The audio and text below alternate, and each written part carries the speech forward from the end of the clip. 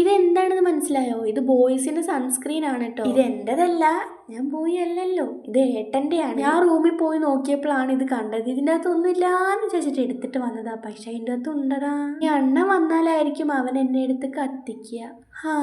വരാനുള്ളത് വഴി തങ്ങില്ലല്ലോ. അപ്പൊ നമുക്ക് നമ്മുടെ പരിപാടി തുടങ്ങാം. എന്തായാലും ഒരു അടിക്കുള്ള കോൾ ഒത്തിട്ടുണ്ട്. ഇനിയിപ്പോ നോക്കിയിരുന്നിട്ട് കാര്യം. കുറേ പേര് ചോദിച്ചിരുന്നു ക്രാഫ്റ്റ് വീഡിയോ എന്തെങ്കിലും ചെയ്യോ എന്ന്. അപ്പൊ ഞാൻ എന്തായാലും ഇത് കണ്ടപ്പോ ഞാൻ ചോദിച്ചാൽ എന്തെങ്കിലുമൊക്കെ ഒന്ന് ചെയ്യാലോ. അപ്പൊ നമുക്ക് കുഞ്ഞു ഓർണമെന്റ്സ് എന്തെങ്കിലുമൊക്കെ ഇട്ടേക്കാൻ പറ്റിയതുപോലത്തെ ഒരു പൗച്ച് ഉണ്ടാക്കി എടുക്കാം. ഇനി ഓർണമെന്റ്സ് എല്ലാം ആർക്കെങ്കിലും ഗിഫ്റ്റ് കൊടുക്കാനാണെങ്കിൽ ഇത് നല്ലൊരു ഓപ്ഷൻ ആണ്. ഇനിയിപ്പോ സ്കൂളൊക്കെ തുറക്കാൻ വേണ്ടി പോവല്ലേ, അപ്പൊ പിന്നെ ടീച്ചേഴ്സിനൊക്കെ ഒരു ഗിഫ്റ്റ് ഒക്കെ ആയിക്കോട്ടെ. അല്ല, നിങ്ങൾ എന്റെ ബാക്ക്ഗ്രൗണ്ട് ശ്രദ്ധിച്ചു? എല്ലാവരും ഇല്ലെങ്കിലും കുറച്ച് പേരൊക്കെ എന്നോട് ചോദിച്ചിരുന്നു ഡെസ്ക് ഡെക്കോർ ചെയ്യോ എന്ന്. എന്റെ കയ്യിൽ ഡെസ്ക് ഇല്ലാത്തതുകൊണ്ട് ഞാനപ്പോൾ ഡെസ്ക് ഡെക്കോർ ചെയ്തില്ല.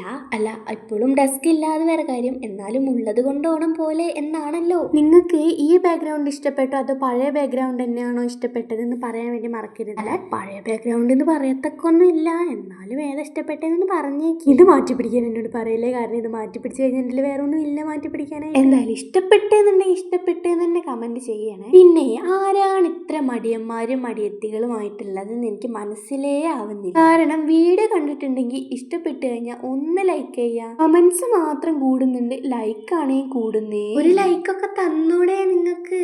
ഇനി വേറെ വഴിയില്ല. നിങ്ങൾക്ക് നിങ്ങളുടെ അമ്മയെ ഇഷ്ടമാണെങ്കിൽ എന്റെ വീഡിയോക്ക് ഒന്ന് ലൈക്ക് തന്നൂടെ. ഇനി നിങ്ങൾ വീഡിയോക്ക് ലൈക്ക് തന്നിട്ടില്ലെങ്കിൽ നിങ്ങൾക്ക് നിങ്ങളുടെ അമ്മയെ ഇഷ്ടമില്ല എന്നാണ് അർത്ഥം.